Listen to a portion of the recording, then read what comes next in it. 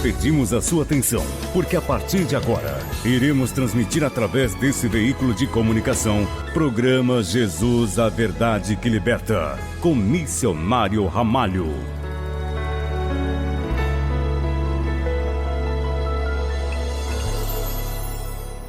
Graças a Deus, a paz do Senhor Jesus, estamos aqui começando mais um programa, Jesus, a Verdade que Liberta, para levar até você a palavra de Deus, a palavra que é o pão da vida eterna, que dá vida eterna.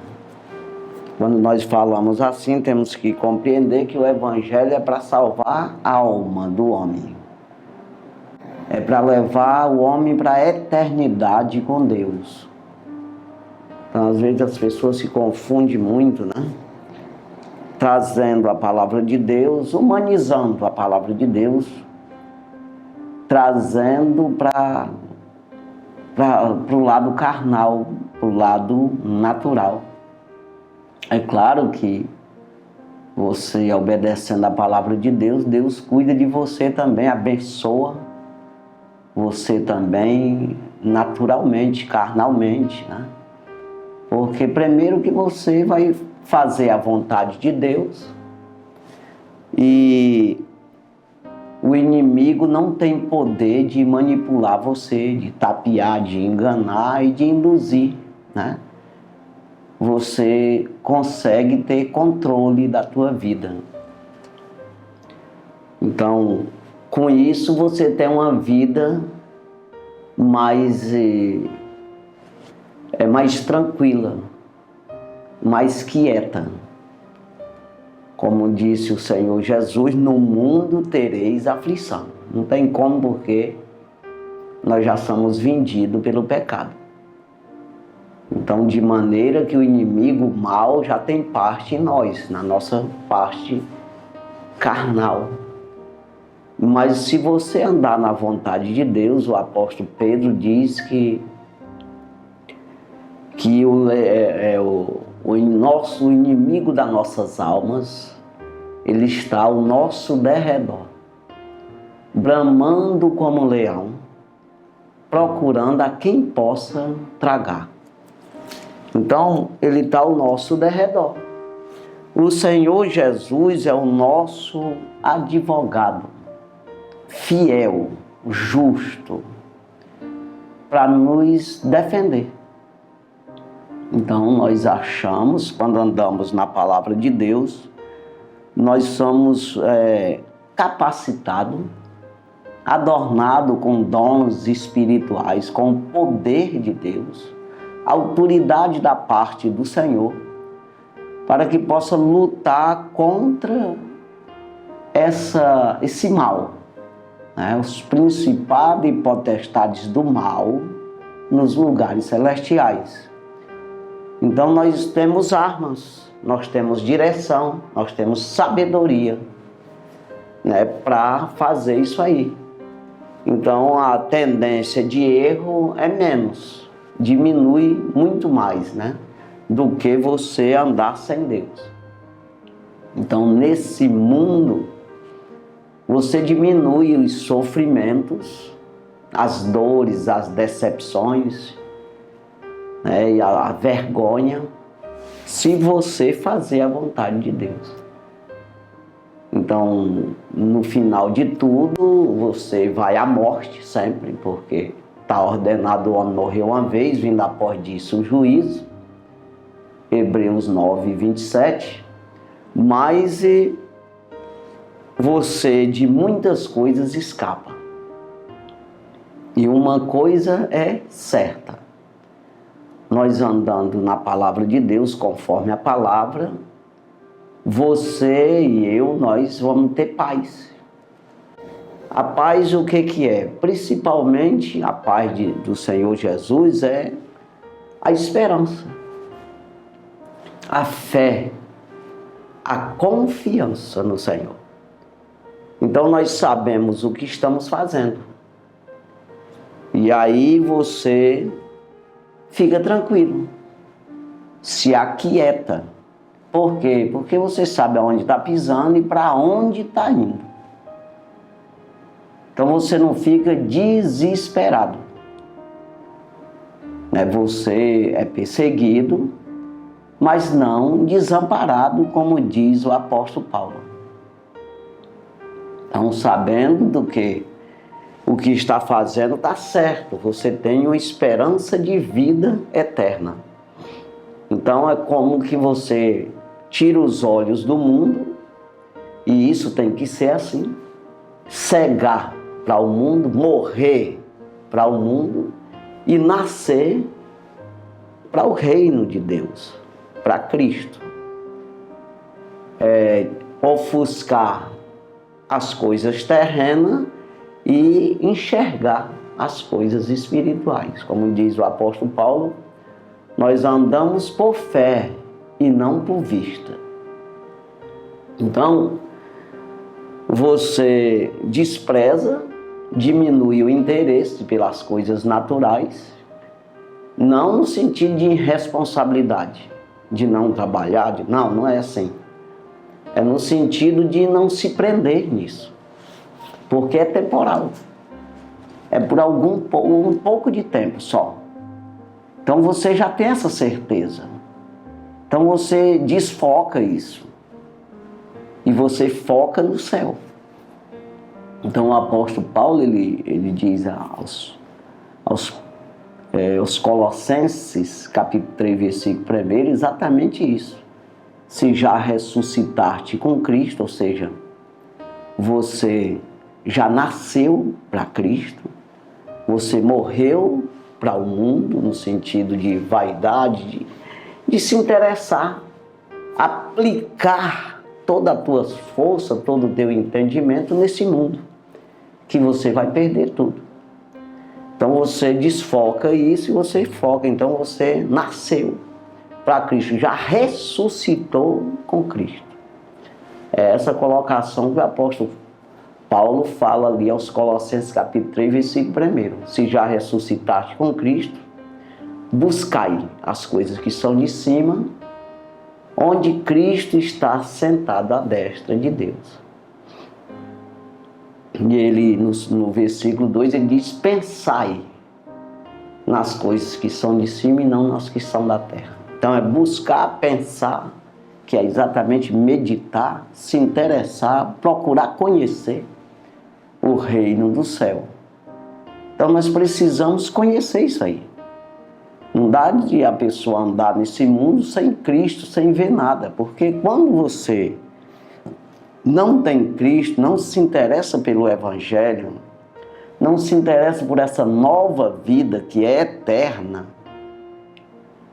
você é completamente cego nesse assunto. É rude, totalmente. Então você não tem vista. Você anda nas trevas. A palavra de Deus chama de trevas. O próprio Jesus disse que... vamos falar aqui do profeta João Batista, que introduziu Jesus ali. Ele diz que aquele que não acredita no Filho de Deus, ele permanece nas trevas. Permanece. Ou seja, já está nas trevas e continua. Por que que é cego? Nesse sentido espiritual você não tem visão. Por quê? Na verdade, o inimigo das nossas almas, que nós estamos devendo para ele, no sentido, a humanidade já nasceu vendida, porque Adão vendeu. Ele não vai te mostrar a verdade, ele não vai te mostrar o céu, ele não vai te mostrar a bondade de Deus, a vontade de Deus que é plena e agradável. Ele não vai te mostrar. Ele vai fazer de tudo para cegar cada vez mais. A Bíblia diz isso, que o príncipe deste mundo cegou o entendimento das pessoas. Cegou de maneira que tendo o olho não vê, tendo ouvido não ouve, tendo o coração do homem, que é o interior do homem, a fonte, de que nasce, da onde procede a vida, de onde procedem os sentimentos do homem. ele não compreende para que não seja salvo. Então ele interrompe isso pela uma obediência sua e uma desobediência a Deus. Você não se interessa por Deus, que é o que clareia, é o que é verdadeiro, o que fala a verdade. E ele tem o poder de te fazer você enxergar e o poder de te ajudar. Então, quando você não entende isso, você não se interessa por isso e cada dia que vai passando, mais cego você fica. Mais desentendido você fica. O inimigo ele faz de tudo para você não se interessar por isso, dizendo que não necessita disso. Para quê? Buscar a Deus, ouvir uma palavra, a palavra de Deus, ler a palavra de Deus, cultuar a Deus de maneira correta, bíblica. Para que isso? Mas quando você passa a enxergar, quando você passa a se interessar por isso, você tem a visão, o entendimento, que é o nascimento. Exatamente nesse assunto você se interessou e entrou nesse assunto. Aí ele já passa a dizer, caçar jeito de você desobedecer e não obedecer isso aí. Se você persistir em querer obedecer, ele já te incita a você ultrapassar isso. O que é isso? Colocar o carro na frente dos bois. Você não andar olhando para Jesus, que é o autor e consumador da fé. Então ele já te coloca acima de Jesus, no sentido de te incentivar a você ultrapassar, você querer ser um Deus, você não se humilhar debaixo da potente mão de Deus, para que a seu tempo ele vos exalte. Ele te faz altivo, orgulhoso de alguma forma, prepotente, para que você não obedeça isso, se ache. Não, eu já estou sendo usado, já estou vendo, eu vou correr sozinho. E aí é onde você quebra a cara também. Porque você depende do Senhor, não é um dia. É todos os dias da sua vida. É até o final da vida. Você tem que estar pedindo ao Senhor.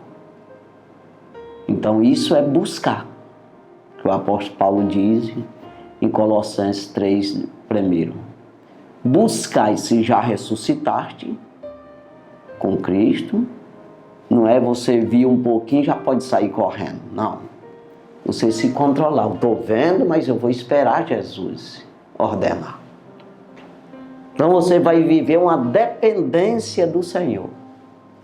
Quando vem uma palavra, alguma coisa, um incentivo, uma palavra aí de orientação para você avançar de alguma forma, você não pode entrar do jeito que vem. Precisa perguntar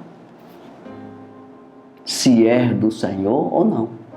Porque o inimigo ele vai trabalhar para você ouvir ou sair correndo. Viu alguma coisa e sair correndo, não é assim? Então nós precisamos sempre estar dizendo, Senhor, como é que é isso aqui? O que é isso aqui? É o Senhor que está revelando? Então aquela dependência, buscai. Então o Senhor Jesus diz, pedi e dá-se-vos-á. Mas não é ir buscar, e acharei, bater e abrir-se-lhe-á, mas não do jeito seu. Sempre nessa dependência. Por isso precisamos aprender do Senhor. Esse aprendizado de aperfeiçoamento. Sendo orientado pelos nossos pastores, porque quando a gente fala assim, parece que tem um pastor lá que é só aquele lá. Não, nós temos uma hierarquia.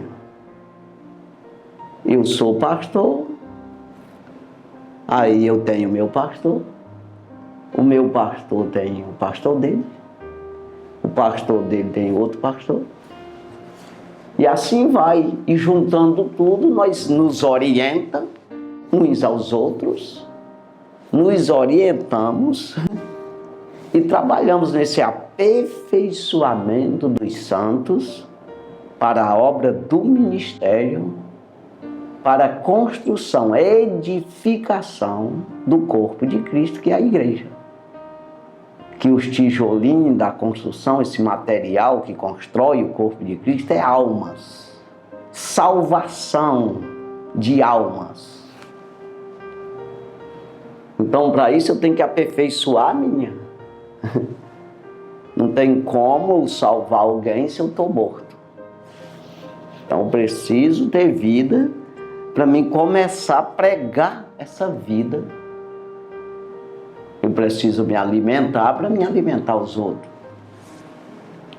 Então nós vamos aqui para a palavra de Deus, que nós encontramos aqui na segunda carta de Paulo a Timóteo.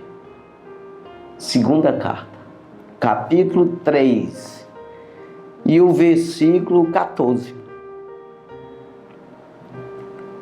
Eu vou fazer uma leitura aqui de 4 versículos, até o 17, 14 ao 17, que diz assim: Tu, porém, permanece naquilo que tens aprendido e que de que foste inteirado, sabendo de quem o tens aprendido. Já vou logo dar uma parada aqui, depois a gente prossegue. Mas sabendo de quem o tens aprendido. O próprio Jesus disse que não queira o servo ser mais do que o seu mestre. É exatamente o que eu falei aqui, já antes. De você achar que já sabe, que passa por cima do mestre. Não precisa mais de professor, porque você já sabe. E eu tenho uma palavra que eu sempre digo e cabe dizer aqui, que o apóstolo Paulo escreveu dizendo que quem diz que sabe não aprendeu ainda como saber. Quando a gente olha em 2 aos Coríntios, na primeira carta de Paulo aos Coríntios, capítulo 3, e o versículo... Primeira carta de Paulo aos Coríntios, capítulo 3... E o versículo 18. Ninguém se engane a si mesmo. Se alguém dentre vós se tem por sábio neste mundo, faça-se louco para ser sábio. O que é esse faça-se louco ou loucos? Para o mundo. O mundo não entende as coisas de Deus. O mundo que a gente diz é aquele que não está nem aí. Ele pensa que sabe, ele pensa que está andando, é assim mesmo, no dia que morrer vai para o céu do jeito que está. Ele não procura saber, ele não procura ter a sabedoria. Tem um versículo em Jó, no livro de Jó, capítulo 28, e o versículo é 28 também. Que diz que o temor do Senhor é a sabedoria. E afastar-se do mal é a inteligência. Porque você pode ter sabedoria, mas você pode se aproximar do mal. Mas se você se afastar dela, está sendo inteligente. Se afastar dele, do mal. O apóstolo Paulo, ele escreve 1 Tessalonicenses, capítulo 5, e o versículo 22. Abstém-vos da aparência do mal. Se abster, se despojar, fugir, sair fora, jogar fora aquilo que parece ser mal. Então isso é inteligência. Afastar-se do mal é a inteligência. Então a sabedoria, o que é? Temer ao Senhor. Não é ter medo, é temer. Você saber que existe o Senhor, que é justo, é poderoso, é bondoso, verdadeiramente Ele é bom. No Salmo 100 e o versículo 5, que é o último versículo do Salmo 100, o salmista diz: verdadeiramente o Senhor é bom. Eterna é a sua misericórdia, eterna. A sua verdade se estende de geração a geração. A sua palavra. No Salmo 73, Salmo do Asaf, ele diz no versículo 1: verdadeiramente o Senhor é bom para com Israel, para com aqueles que são limpos de coração. Ou seja, quando ele fala de Israel, está falando dos judeus, dos hebreus. Mas ao mesmo tempo, ele é bom para todos aqueles que limpam o seu coração do mal. Todos aqueles são limpos de coração. Então não é só com Israel, com todos. E isso ele falou naquela época, né? Imagina no Novo Testamento. Então veja que o apóstolo Paulo está dizendo aqui: não, ninguém se engane a si mesmo. Eu não posso me enganar a mim mesmo. Se alguém dentre vós se tem por sábio neste mundo, faça-se louco para ser sábio. Então, para o mundo parece loucura. 1 Coríntios, capítulo 1, versículo 18, Paulo escreve aqui dizendo: a palavra da cruz é loucura para os que perecem, os que se perdem. Mas para nós que somos salvos é poder de Deus. Então para o mundo isso aqui é loucura. Para que isso? Besteiros são os malucos. Mas para aquele que tem salvação, aquele que já ressuscitou com Cristo, aquele que já nasceu para Cristo, aquele que considerou, está correndo atrás de ser sábio em Cristo, é poder de Deus. Então por que nós lemos Bíblia, nós vamos ao culto, cultuamos o Senhor, fazemos um programa como esse aqui? Porque nós estamos enxergando, temos essa sabedoria limitada, claro. Mas quanto mais você busca, mais você tem ela. Essa sabedoria, né, de Deus e não a do mundo. Então eu preciso, para o mundo eu sou louco, mas para Deus eu sou sábio. O apóstolo Paulo ele diz isso aí. Né? Então veja aqui que ele está dizendo aqui, 2 Timóteo capítulo 3, versículo 14, tu, porém, permanece naquilo que tens aprendido e de que foste inteirado, sabendo de quem o tens aprendido. Né? Então, sabendo de quem? Porque eu preciso saber disso. Quando você escuta um programa como esse, nós não estamos falando aqui de nós mesmos. Eu não estou falando, dizendo para você me seguir, ou falando aqui de uma denominação, uma placa de igreja. Não, estou falando para você seguir a Jesus, ler a palavra e dizer: a partir de hoje eu quero ser crente em Jesus Cristo. E você vai com as pessoas procurando, entrando dentro desse mundo espiritual. E você vai vendo aqueles que são bem-sucedidos nisso aí. Cabe a você ter essa prudência. Como diz o apóstolo Paulo: seja meus imitadores como eu de Cristo. Então, se vocês imitar o Cristo que está em mim, vocês são um verdadeiro cristão.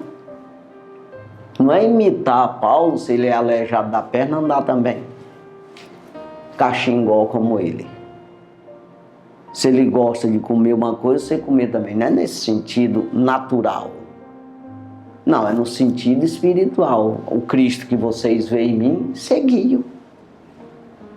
Então você vai errar se você ficar olhando para homem. Mas se você olhar para o Deus do homem, que nele está, você vai se dar bem.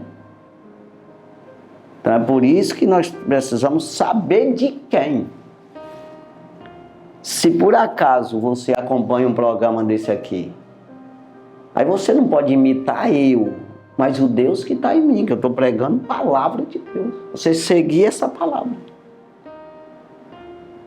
O apóstolo Paulo escreve em Efésios capítulo 5, versículo 1. Ele diz, seja imitadores de Deus como filhos amados. Então é para você imitar Deus. O Deus está nas pessoas mesmo. Você está pensando que Deus está onde? O reino do céu está entre nós. Está nas pessoas que são crentes. Então eu vou imitar, ele vai me ensinar, me ajudar. Ou seja, o que eu quero dizer aqui, para você entender melhor. O teu diploma de médico está lá no médico. No professor de medicina que vai te ensinar. Se você não captar o que está no médico, lá naquele professor de medicina, você não vai ser um médico. Então, não vou imitar ele no sentido natural das coisas que ele faz. Em outros assuntos. Em outras ações dele. Mas no sentido médico, tudo que ele faz dentro da medicina, eu vou procurar aprender. Que é para mim arrancar esse diploma que está lá nele, sem tirar dele, mas está nele. O que eu preciso aprender. Então assim é o Deus que nós damos para as pessoas. O Deus está aqui. O tanto que eu busquei, eu tenho. Isso dentro das limitações, claro. Uns têm mais, outros têm menos. Mas para mim dar para você, eu tenho que ter. Ah, porque tem muito aí que não tem, pois não busca ele. Então, sabendo de quem. Tens aprendido, aquele professor de medicina ali, pensa num professor ruim. As pessoas que aprenderam com ele,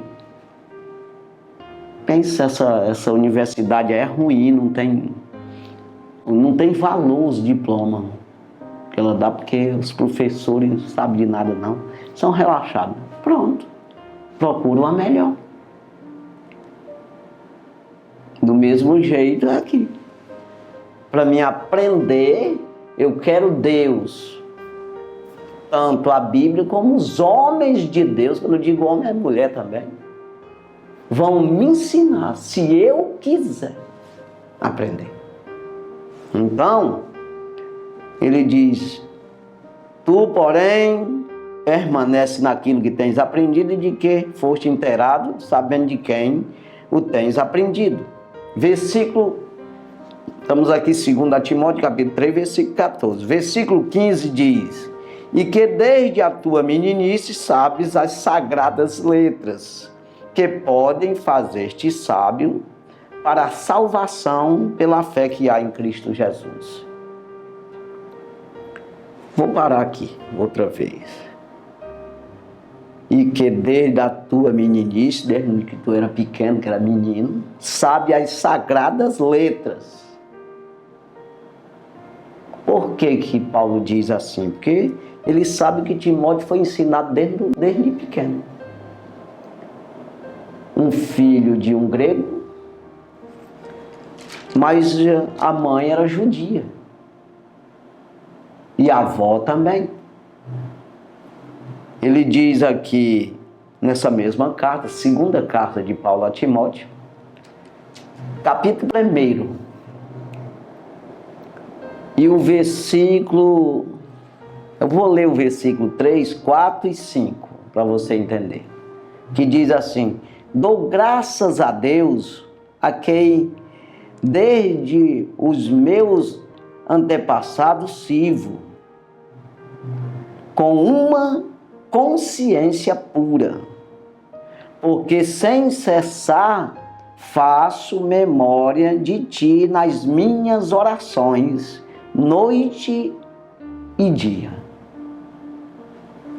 Dizendo para Timóteo isso aqui. Versículo 4.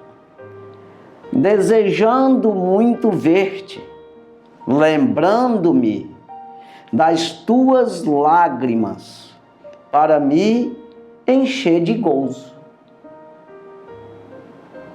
Timóteo chorava quando Paulo ensinava ele ali, estava perto de Paulo. Ele dizia: eu me lembro das tuas lágrimas, eu fico cheio de alegria.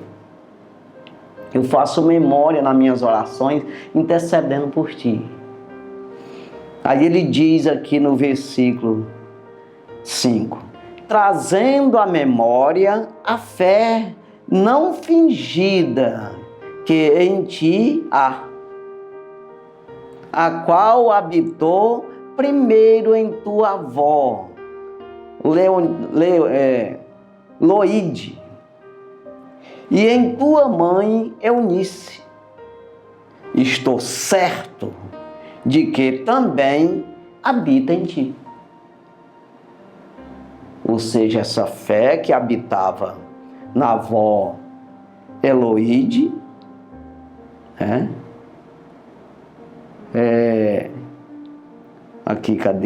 Loide, né? E também na Eunice, a mãe dele. Eu sei que essa fé que habitou nelas habita em ti. Eu estou certo disso. Então veja, Paulo ele tinha isso aí dizendo, por isso que ele diz nesse versículo 5 aqui, esse versículo 15 do capítulo 3, ele diz: e que desde a tua meninice sabes as sagradas letras, que podem fazer-te sábio para a salvação pela fé que há em Cristo Jesus. Então aqui está dizendo que as sagradas letras podem nos tornar, nos fazer sábio nesse lado da fé que vem de Cristo Jesus, nosso Senhor. Pode nos fazer sábio de maneira a nos salvar, nos levar à salvação. Essa sabedoria que entra no reino de Deus, essa sabedoria que é do reino de Deus. Então não é sabedoria humana, é um temor a Deus, uma obediência, uma entrega ao Senhor, de maneira que essa fé, essa esperança, com essa fé, essa confiança, essa crença, habita em nós de maneira que seja firme. Vamos ver aí como Paulo afirma que essa fé habitava em Timóteo. Ele disse: eu tenho certeza que essa fé habita em ti. Então é isso aí. Aí ele diz aqui nesse versículo: eu tenho certeza que tu desde menino tu sabe disso aí. As sagradas letras podem te fazer te sábio para a salvação. Não é salvar de morrer afogado, não. Salvar eternamente. No dia da morte passar para a vida. Então aqui ele prossegue dizendo, versículo 16: toda escritura divinamente inspirada é proveitosa para ensinar, para redarguir, para corrigir, para instruir em justiça. Então toda a palavra de Deus ela serve para tudo, para organizar a sua vida. É para você andar de maneira correta, ou quase correta. De maneira que você vai fazendo daquilo que você aprende, você ter diligência, ter zelo. O apóstolo Pedro, ele diz para a gente cingir os lombos, né, desses mistérios de Deus, dessa sabedoria, né, dessa obediência, dessa diligência, tudo que vem da parte de Deus. né, para a gente entender dos mistérios que foi entregue a todos nós. Então, assim como você aprende a ser um doutor, com aqueles que sabem o que é medicina, aí você desenvolve também em ti, você vai desenvolver no sentido de servo de Deus. Aí você, todo dia que você busca isso aqui, você vai entender da necessidade que tem. Sabe aquela coisa de ver, que eu falei no início? Nascer de novo, novo e vivo caminho, luz, salvação, verdade. Quanto mais você segue isso aí, mais consciência, entendimento você vai ter daquilo que é errado. Daquilo que você fazia e achava que tinha problema nenhum. Então você vai se conscientizando. Esses dias eu estava ouvindo o pastor pregar e ele falando de sensores. Sensibilidade. Que é a palavra sensor, vem daí, né? Então o que é isso? Você vê os carros hoje, é tudo cheio de sensores. Você vai encostando num pé de mato, uma parede, qualquer coisa, qualquer objeto, ele alarma. Tem um sensor lá que detecta lá, dá aquele alarme que você vai bater, que você vai encostar naquele objeto. Então, ele falou até o nosso paladar, vamos dizer. Você pode estar com o olho fechado, mas você colocar uma coisa na tua boca, se for amargosa, você sabe que é amargosa, não precisa ver com o olho, porque às vezes a gente pensa, a gente se liga assim, não presta atenção nisso, aí você acha que você só entende daquilo que vê. Não. Então você não precisa ver para entender. Você não precisa ver para sentir. Isso é Deus. Então colocou na minha boca, eu não vi o que é. Eu não sei de coisa nenhuma no sentido de eu ter visto com meus olhos. Mas eu provo e eu sei dizer. É salgado, é amargoso, é doce. Então são sensores. Então eu preciso ter sensibilidade para a palavra de Deus. Aí eu vou entendendo isso, é como que eu vá ativando esses sensores em mim, na minha alma, no meu espírito. Eu vou desativando os sensores da carne. É como que os desejos, aquilo que é esse sensor que está dependente já de uma coisa que não é lícita, é ilícita diante de Deus, ele está ativo lá. Porque eu não estou vendo a gravidade do problema, mas no momento que eu ativo os sensores de Deus, que é do certo, que é do bem, que é verdadeiro, que é da verdade, que é da luz, que é da salvação, eu vou desativando aqueles que eu estou vendo que é da condenação. Aquilo que me traz prejuízo, aquilo que é veneno, aquilo que é trevas, aquilo que faz eu tropeçar, que é exatamente o salário do pecado é a morte. Então toda vez que eu erro, eu levei uma topada. Eu corri rumo à morte. E essa morte, ela não é só a morte eterna, é uma morte diária. É como que você errou, ficou devendo. Aumentou a dívida. Então o inimigo das nossas almas, ele vai adquirindo direito. O salário do pecado é a morte. Então é como que ele vai recebendo crédito de ti mesmo. Tu vai dando para ele crédito. De maneira que ele vai aumentando tua conta com ele, a tua escravidão. Você vai se vendendo cada vez mais. de maneira que ele tem direito na tua vida, de te bater, espremer a tua alma. E aí você vai achar descanso da alma como? Em Jesus. O refrigério na alma. Você vai achar onde? Em Jesus. Mas nele você vai achar opressão, oprimido na alma. Vergonha, tristeza, depressão. De maneira que às vezes chega o ponto de se matar. Então veja que aí você tem que fugir dessa aparência desse mal, desligando esses sensores que te dá prejuízo, que ele está dependente do mal, aquela dependência, acha que aquilo lá é vantagem, acha que aquilo lá é bom, é agradável, te traz vida, te traz alegria, te traz aí riqueza de alguma forma, você está se dando bem. Não, você vai vendo, ativando-os do bem, você vai entendendo que aqueles lá estão te dando prejuízo.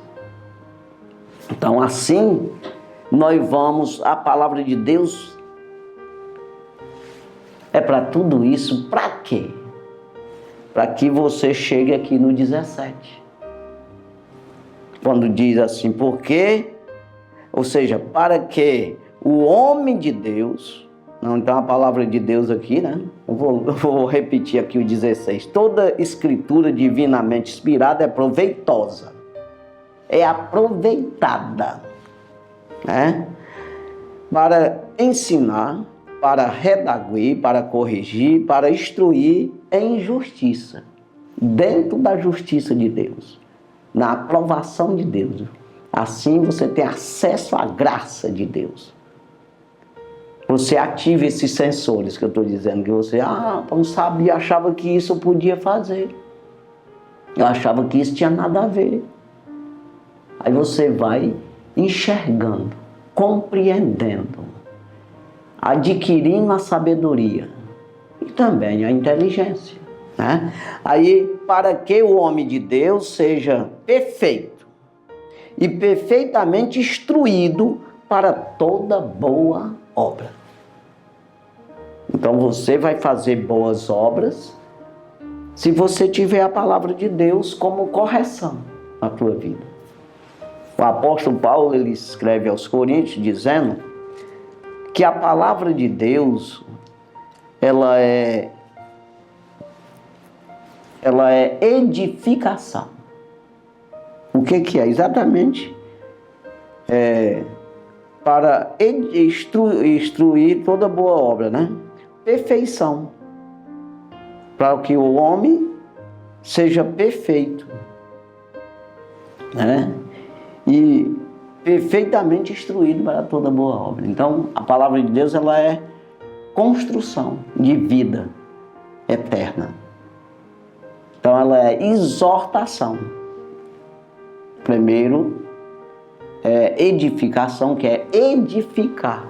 Uma coisa que construir, né? E depois ela é exortação, que é exatamente nessa construção tem os erros.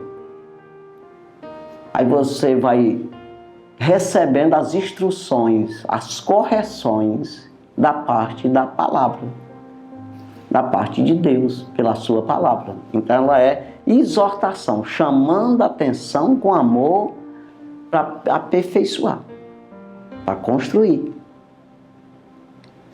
E no fim ela é consolação. Acabou a obra. No final, eu concederei que se sente no meu trono, como eu venci e sentei no trono do meu Pai. Se você construir certinho a tua vida. Então aqui está dizendo, para que o homem de Deus seja perfeito e perfeitamente instruído para toda boa obra. Então a palavra, ela me ajuda a eu construir minha vida em Deus. Eu aceitando a sua exortação, correção. Se eu aceitar, então vou ser consolado. O que é isso? Aprovado. Então, se faz, em primeiro lugar, com certeza, a construção. Ela é. Mas como o homem, ele não sabe de nada, não pode nada, ele não sabe o que está fazendo, ele precisa de Deus para mostrar para ele. Porque no sentido natural ele só vê o mundo, ele só vê o que é terreno, o que é temporal. Ele não consegue enxergar o céu, ele não consegue enxergar o mundo vindouro, o mundo espiritual. Porque por essa carne aqui ele só tem a visão terrena. Então ele pode ser enganado pelo mal que já habita nele. E o inimigo nunca vai mostrar. Porque só quem mostra é o Senhor. Então ele diz: eu sou a luz do mundo. Eu vim para alumiar todo homem que habita na terra. Então Deus, ele veio para dizer: olha aí, eu estou te mostrando, não fica com isso aqui que tu vai perder.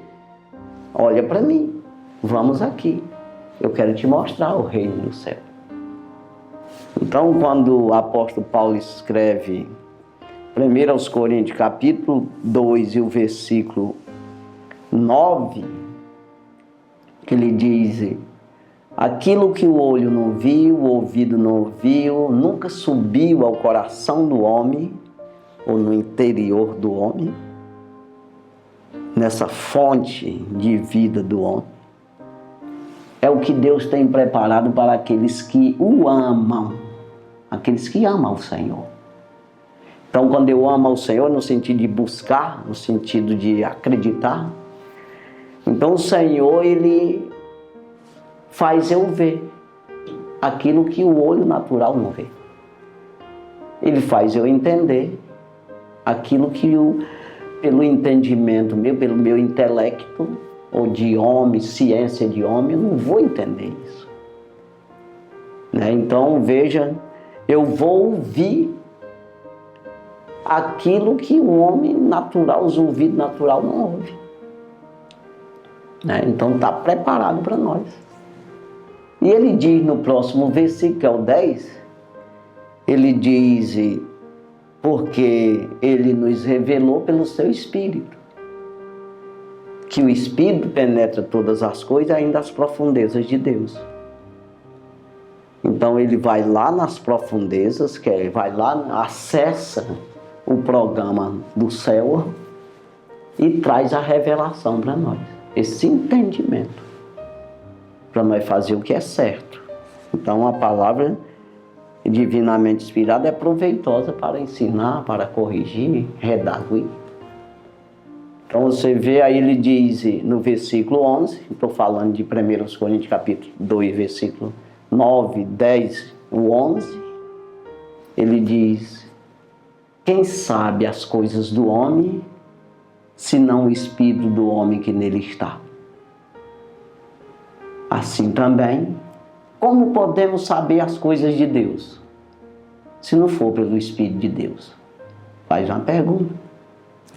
Então é isso aí, que Deus vem abençoar grandemente as nossas vidas. Precisamos andar sempre na presença do Senhor, para que possamos fazer essas boas obras. Romanos capítulo 8 e o versículo 28. Todas as coisas contribuem juntamente para o bem daqueles que amam a Deus, que são chamados pelo seu decreto. Dá ouvido à palavra, presta atenção na palavra, tem zelo pela palavra, tem diligência, se entrega ao Senhor. É isso aí. Que Deus abençoe. Vamos orar, agradecendo a Deus por essa oportunidade que Deus nos deu de ouvir a sua palavra. Bem-aventurado é aquele que ouve a palavra de Deus, disse Jesus. Santo e maravilhoso Deus, obrigado, Jesus, pela tua palavra, pela oportunidade que o Senhor tem nos dado. Meu Deus, e o Senhor sempre dá oportunidade a cada ser humano para que naquele dia o Senhor não tenha ninguém por inocente. Meu Deus, abençoa as pessoas que estão nos assistindo, meu Senhor. Dá saúde, dá vigor, dá prosperidade a cada um. Mas principalmente, meu Deus, o entendimento dos mistérios do reino do céu. Abençoa eles, meu Deus, se revela a cada um. Agraceia, meu Deus, a cada um com os dons espirituais, de maneira que eles compreendam o mundo vindouro e assim aplique a sua vida a este mundo, a essa obediência à tua palavra. Abençoa, ajuda, cura, liberta cada um. No nome de Jesus, meu Deus, pedimos. Já por fé nós te agradecemos, no teu nome, Jesus. Amém. Graças a Deus. Deus abençoe sua vida. No nome de Jesus. Amém.